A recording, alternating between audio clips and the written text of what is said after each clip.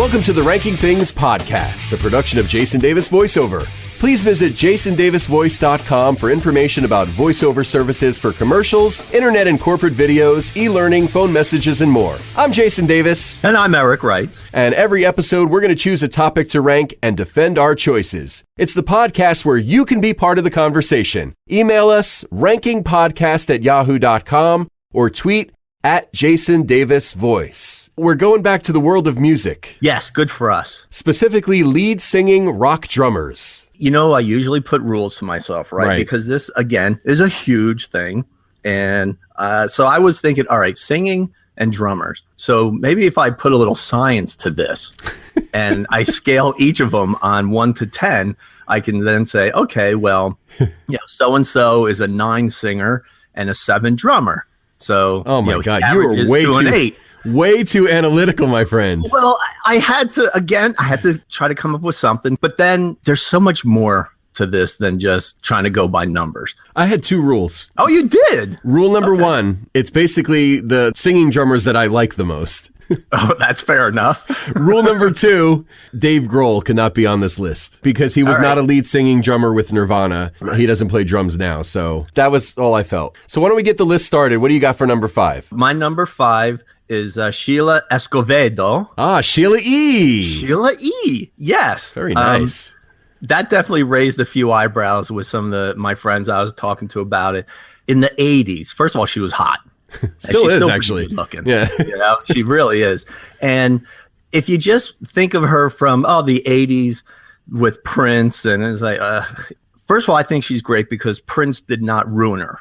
When you watch videos of her actually at a drum set, she is so smooth. Oh, she's an amazing percussionist. Moving across the drum heads with these very slick, fast pops and drum rolls. It's wonderful. She just really got me.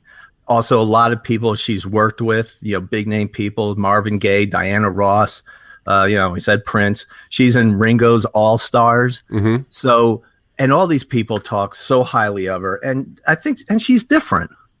She brought this Latino flavor. She helped really influence a bit of the 80s pop scene. She's just got chops, let alone that great voice. I'm dying to hear what's your number 5. Number 5 for me is Phil Collins. Really? Yeah. Okay. Phil Collins, solo artist, and of course with Genesis. I think he probably played drums more with Genesis than he did it as a solo artist.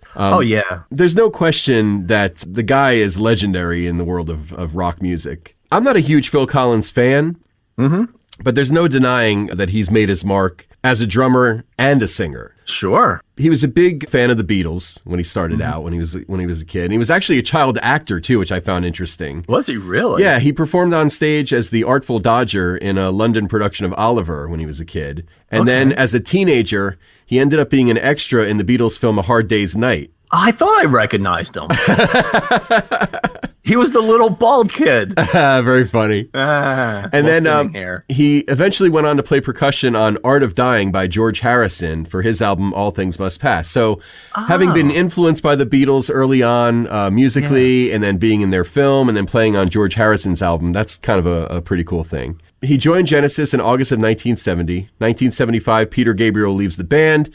They received 400 responses to an ad for a new singer.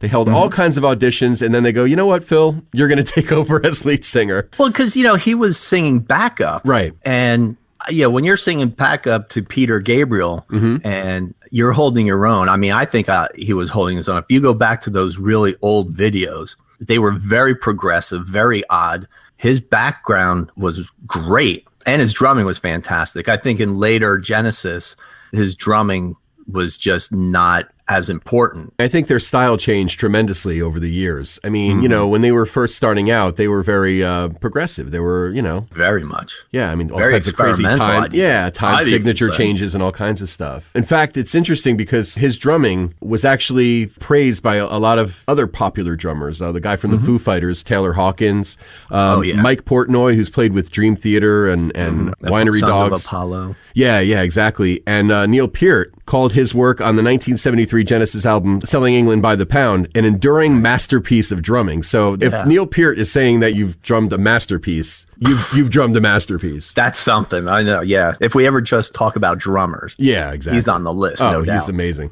But I mean, I admittedly, I'm not a huge Genesis fan, and I don't really know a lot of their earlier stuff. Yeah. I'm more familiar with the stuff that MTV played. Phil Collins had a tremendous solo career too, of course, and I defy anybody to hear In the Air Tonight and not play air drums when the drums kick in. Oh yeah, no, he has to be on this list. I disagree with you as far as the placing of him on the list. Again, I'm not as big of a Phil Collins fan as you probably are, so that's why he's number 5 for me. He played on a couple of Robert Plant solo albums in the 80s. In addition to that, was nominated for an Oscar and won a Grammy for Against All Odds. Right. He ended up winning an Oscar and a Golden Globe for You'll Be in My Heart from Disney's Tarzan. Oh, okay. And you remember Live Aid in 1985? I do remember that. He actually performed at both concerts.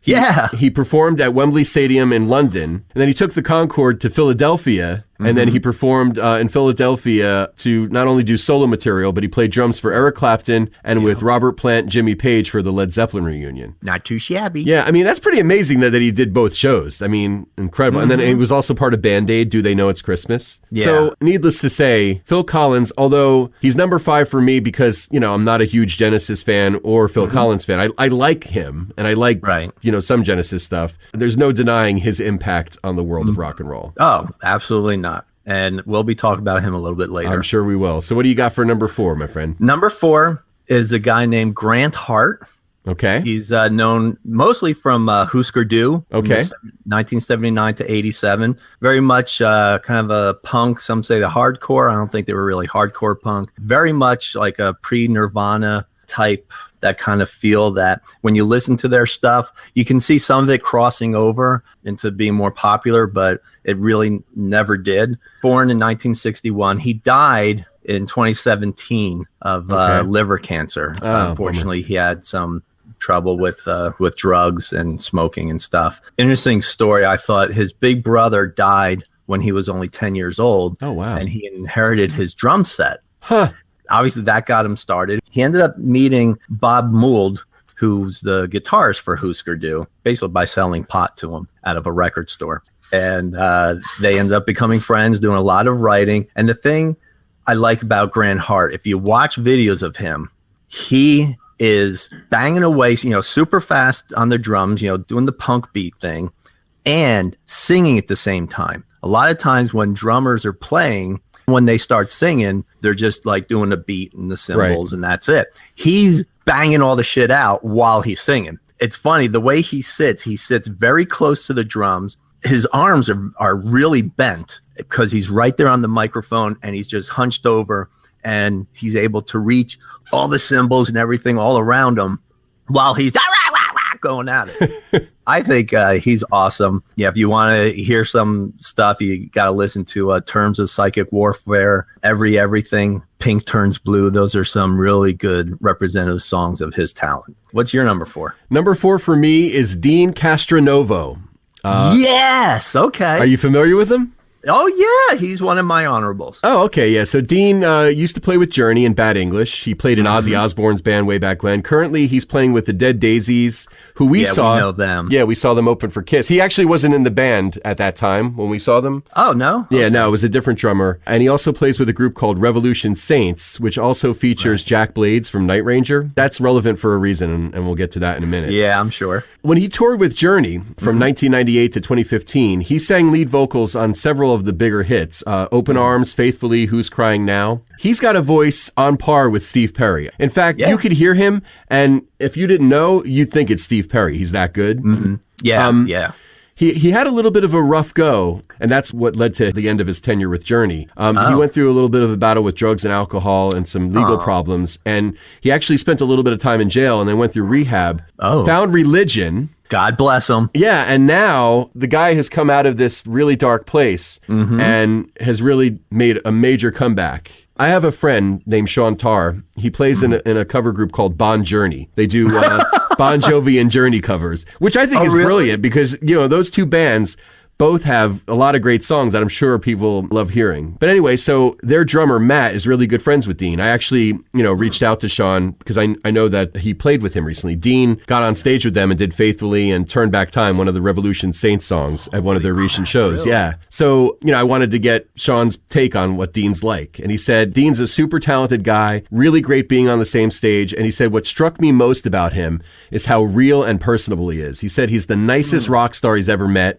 great energy, felt like we were good friends after 5 minutes. And he also said that the guy is a monster drummer and sings as well as just about anybody out there. He used to sing Mother, Father on tour when he played with Journey. To play drums and sing those parts simultaneously is crazy, and he used to do it night after night. Dean is a phenomenal talent, and I'm glad to see that he was able to get out of the dark place that he was in and make this comeback. So that's Dean Castronovo, number 4 for me. What do you got for number 3? Excellent choice. My number 3, you said his name already, Mike Portnoy. Okay, I didn't realize he sang too. Or you're doing background vocals too, or lead vocals? No, he definitely does background vocals, but I saw enough videos with him lead singing. Oh wow! That I was like, all right, I'll include him. Also, just because he has been hailed by Modern Drummer magazine like over 30 times with all sorts of accolades. Oh, he's phenomenal. Yeah, I mean, he's known as like, the drummer's drummer. I mean, he's been awarded multiple times the best progressive rock drummer, which is something because a lot of videos you watch him and he's like shredding it up like speed metal. And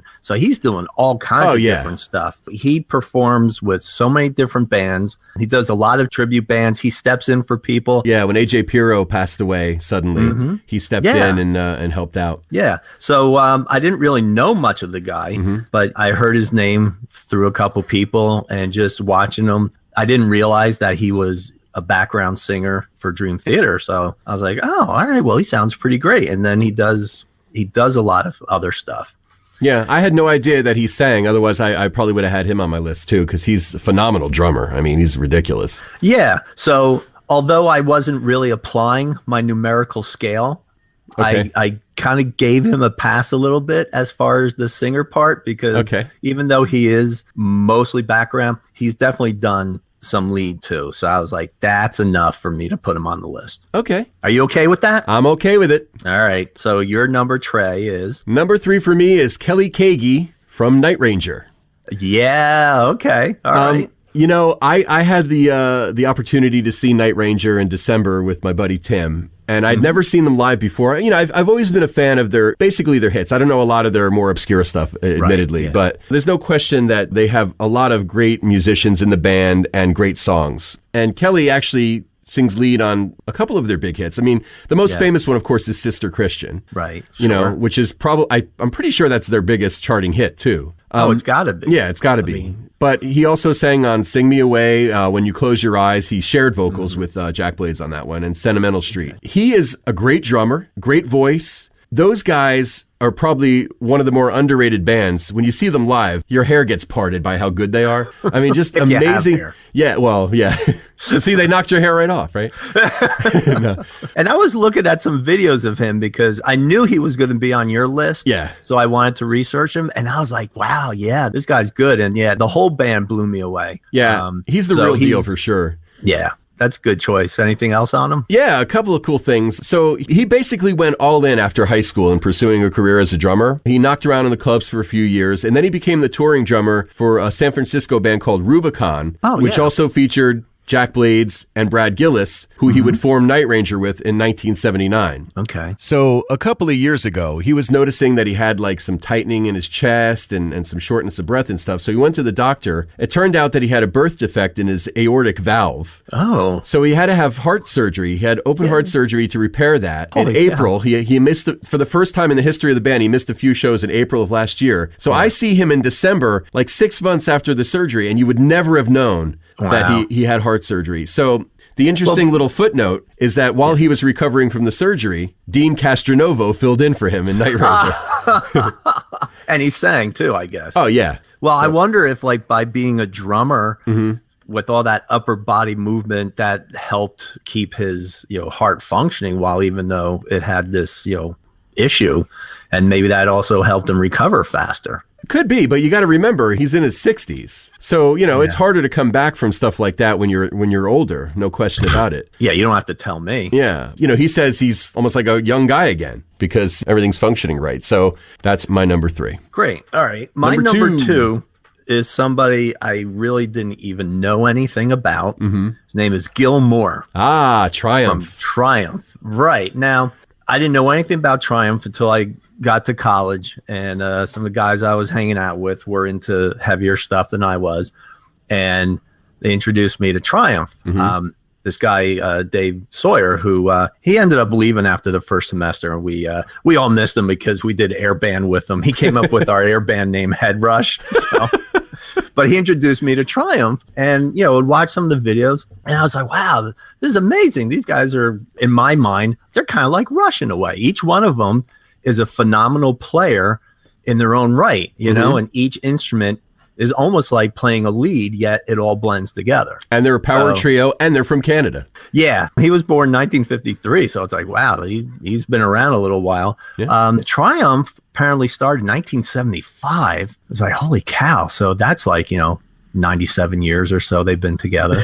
And I started reaching back, looking at some videos and things, and I'm just blown away by the set that he surrounds himself with. Mm-hmm. And in concert, how he's moving between all these different drum sets. One thing that I found very interesting and might have helped me, bump him up a little bit was there was a link to something called Isis Story 4.2. It was on YouTube. It's this belly dancer, this world-renowned belly dancer that he drums for. Oh, wow. And so he's got like kind of this international flair.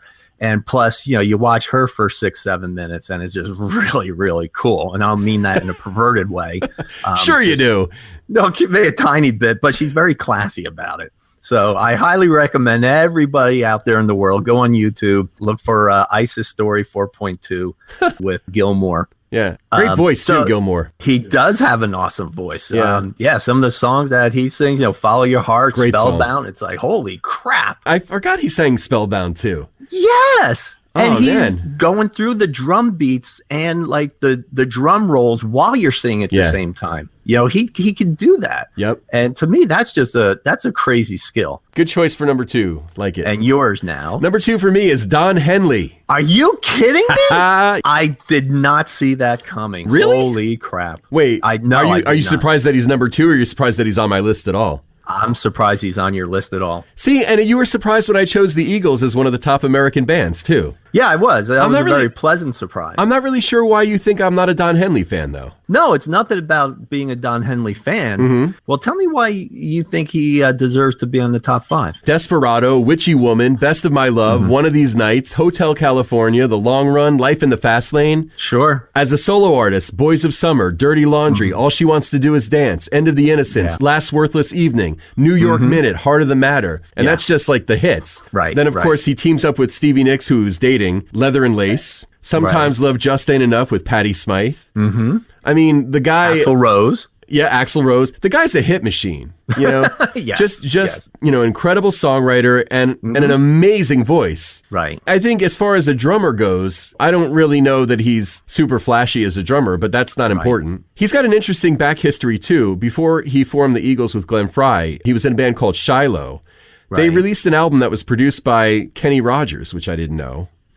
Okay. The Gambler. Yeah, exactly. He formed the Eagles with Frey in 1971 after playing together in Linda Ronstadt's backing band. Mm-hmm. And then in addition to all of his contributions in terms of hit songs, he also became a very important advocate for the rights of artists, too. In 2000, he co-founded the Recording Artists Coalition. He was fighting to make sure that artists retain the ownership of their copyrights and intellectual property and all that kind of stuff. And also making sure that record companies were being fair with their accounting practices and stuff. Plus, he does a lot of other charity work, too. A tremendous talent as a songwriter, as a singer, as a drummer, an important guy for artists' rights, and also one of the wealthiest drummers in the world, by the way. He's only behind Ringo, Phil Collins, and Dave Grohl with a $200 million fortune. Holy cow. Estimated in, I think, 2012. So yeah.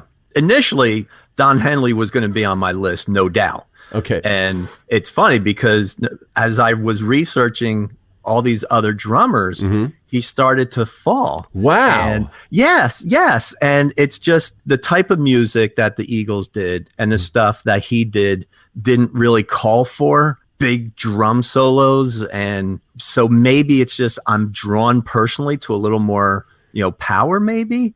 Or speed. And I'm thinking that has to do with talent as opposed to being more laid back with it and being more patient and the musicianship, because, he's on everybody's list along with Ringo Starr, which to me, Ringo Starr, I don't see him on a top 5 singing drummers list, and also like Mickey Dolenz too. I was having trouble keeping him in my top 5. And I think part of it might be, I did go see him when he was solo. He didn't play drums at all, except for his last encore when he did Hotel California. So I guess I just felt like he's not drummer enough.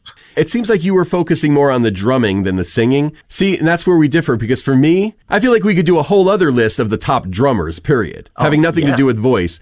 But I think there's very few guys that are good at both drumming and singing, or there's very few drummers that sing lead. That's really what it is for me. And so for me, when I was putting together my list, I was thinking guys that do both well. Obviously, there's guys that do one or the other better than the other.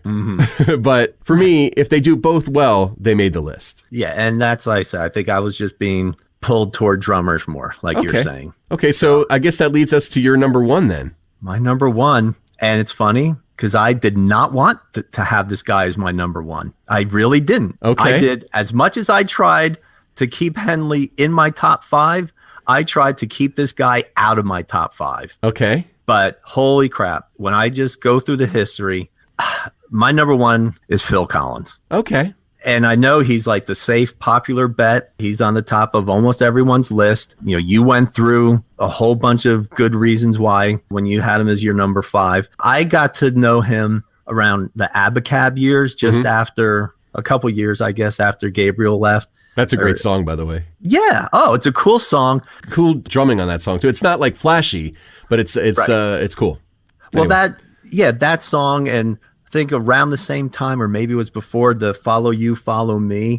That's when they started transitioning from the progressive rock and the experimental stuff of Peter Gabriel. I think MTV had a lot to do with that. Yeah. They wanted to be part of the wave of MTV popularity, and you're not going to probably get there playing really progressive music, is my guess. Oh, absolutely. No, you're totally right. And the reason I guess I didn't want to keep him on my top 5 list is how he morphed into this, what Rolling Stone called the Cabbage Patch Kid of pop rock. Because, oh man, if you go back and you look at the videos of him with original Genesis, when they're doing their friggin' old stuff back in 69, 70, the Music Box. I mean, this is like long, progressive, crazy music. And he's there doing great backups and some lead, a little bit of lead. But his drums, he's a percussionist. His drumming is, at times, it's quiet and eerie, backing up the guitars. And then he explodes and he's doing these crazy riffs. And then as he became the front man and with his solo stuff, when you see him in concert, you see these videos, he is playing some of these really strong, heavy beats while he's singing his ass off, at the same time. I just had to give it to him. He's doing all kinds of funky things. He's got, the woodwinds behind him, and he's got the friggin' giant gongs and stuff. Yeah. I educated myself. I was like, holy crap. Yeah, I guess other people are right. And I'm not a musician, but it just seemed obvious to me. I don't think you have to be a musician to know when somebody's good. Just like you don't have to be a baseball player to know when a baseball player is good or whatever, Yeah. You can tell when somebody's playing some intricate stuff, and right. I mean, the reason Phil Collins was at number 5 for me mainly is because I'm just not a huge Genesis or Phil Collins fan. I like him and I respect his talent. He might have been higher on the list if I was more of a fan of the stuff he does, Right. But there's no question that he belongs in this conversation. Absolutely. without a doubt. Yeah, I'm dying to hear, although I have a pretty good guess who your number one is. Of course you do. Listen, you're going to laugh at me and people are going to shake their heads and call me an idiot like they always do. And I really don't give a fuck, dude. Because, we started doing this podcast because we enjoy doing this together. Mm-hmm. And I like sharing my interests with people. And anybody who knows me knows how much I love Kiss. Right. So number one for me is actually three guys: Peter Criss, Eric Carr, and Eric Singer. God. Didn't I even text you as long as your top three were not Kiss drummers? Yeah, well, all three are my top, or number one. Peter Criss, Eric Carr, and Eric Singer from Kiss. Listen, they've all contributed a different thing to the band. Peter Criss, of course, was the original, and, he comes into the band, and he was the right guy at the right time. When they were first starting out, they needed a guy like him. He brought kind of a swing style, and he had that soulful, raspy voice, kind of sort of like Motown a little bit, maybe a little James Brown influence or whatever. Definitely. And he didn't sing lead on a lot of songs, but one of the things that has always made Kiss special, especially in the beginning and maybe now again, was that they were always kind of a four-wheel drive vehicle. Yeah. All the members had lead vocals. They were all identifiable as an individual in the band. That was one of the things that I think made them special. And I think that they purposely they did that because they wanted to model themselves as sort of a heavier Beatles. Yeah. Not that they were trying to be the Beatles, because they're obviously not. Right. But, Gene and Paul were very much influenced by the Beatles. Mm-hmm. And they wanted to follow in the Beatles' footsteps in terms of having all four members be easily identifiable and their own personalities. They wanted to have harmonies like the Beatles. When they first started out, they were going for the Beatles on steroids, and although musically they don't sound anything like the Beatles, I mean, there's except for maybe a pop sensibility in some of their stuff. Right. Peter Criss sang lead on a couple of pretty big songs for the band. Black Diamond, which was written by Paul Stanley. Right. He sang Hard Luck Woman, which is a ballad that Paul originally wrote with Rod Stewart in mind, but Peter Criss said, no, I'll sing it. I like this song. I think we should do it. And the vocals that he does... He sounds great doing it. Yeah, and he kind of sounds like Rod a little bit on the song. Yeah. And then, of course... It's that raspy voice you're talking about. Absolutely.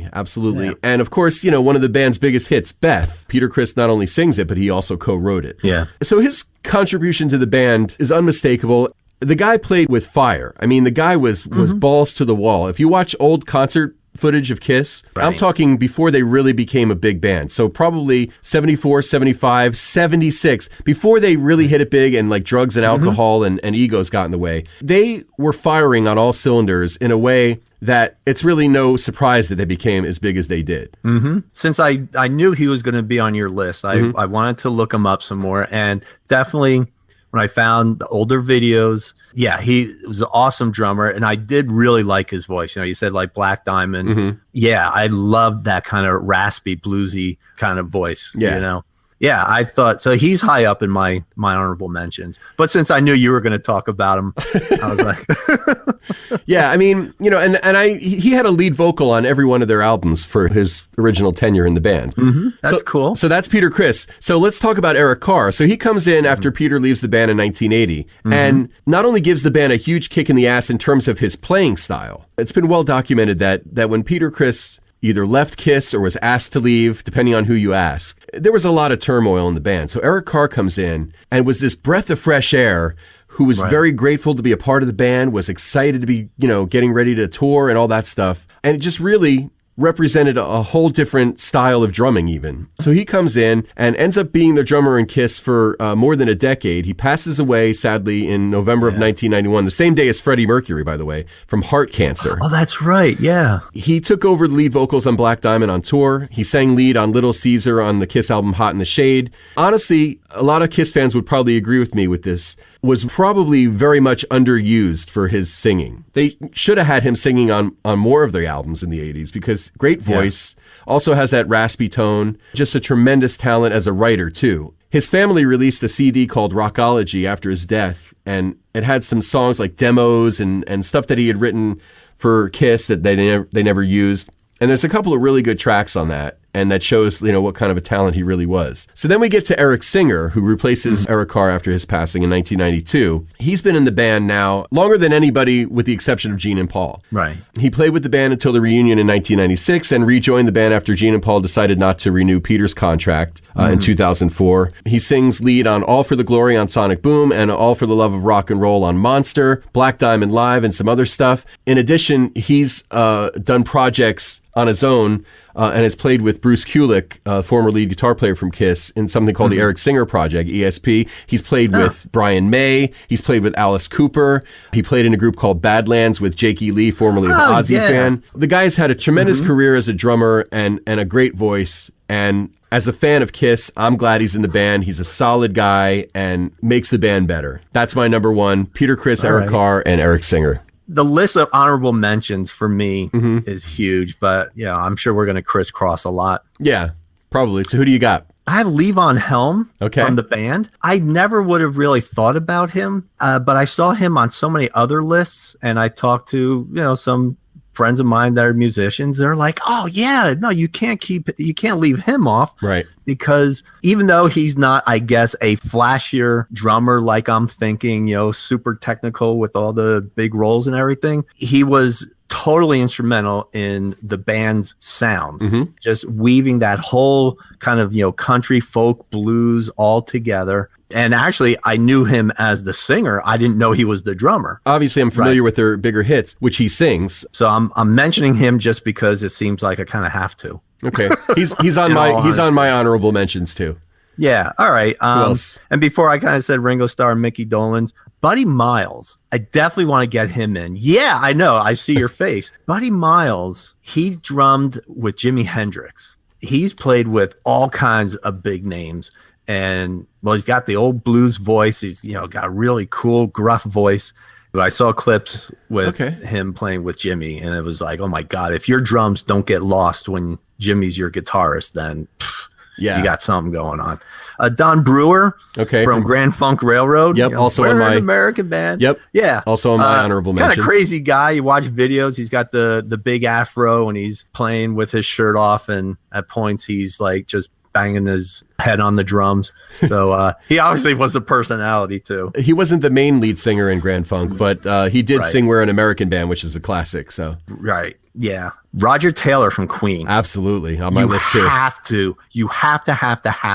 Even though you can say, well, he was a background singer. It's like, yeah, well, if Freddie Mercury's your front man. He did sing lead on some songs too, though. One of the biggest of the songs that he sang lead on was I'm in Love with My Car, which is on the Night at the Opera album, and it was used in a car commercial not too long ago. So, oh, really? Yeah. He had that high voice.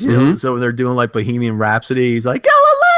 Yep. He's doing all that crap. So I just can't help but wonder if he was in a different band, would he have just been the drummer lead singer? He's definitely a solid drummer too. So yeah. Oh, he's a solid drummer. I mean, he's a percussionist. He surrounds himself with a whole bunch of stuff and he can play it all.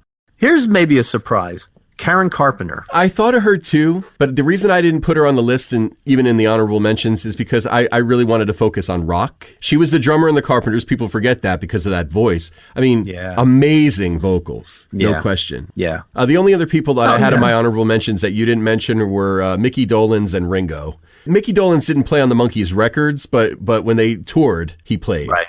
And he definitely sang. So. Oh yeah, he kind of was actually, I think, more of the lead singer than Davy Jones, really. Yeah.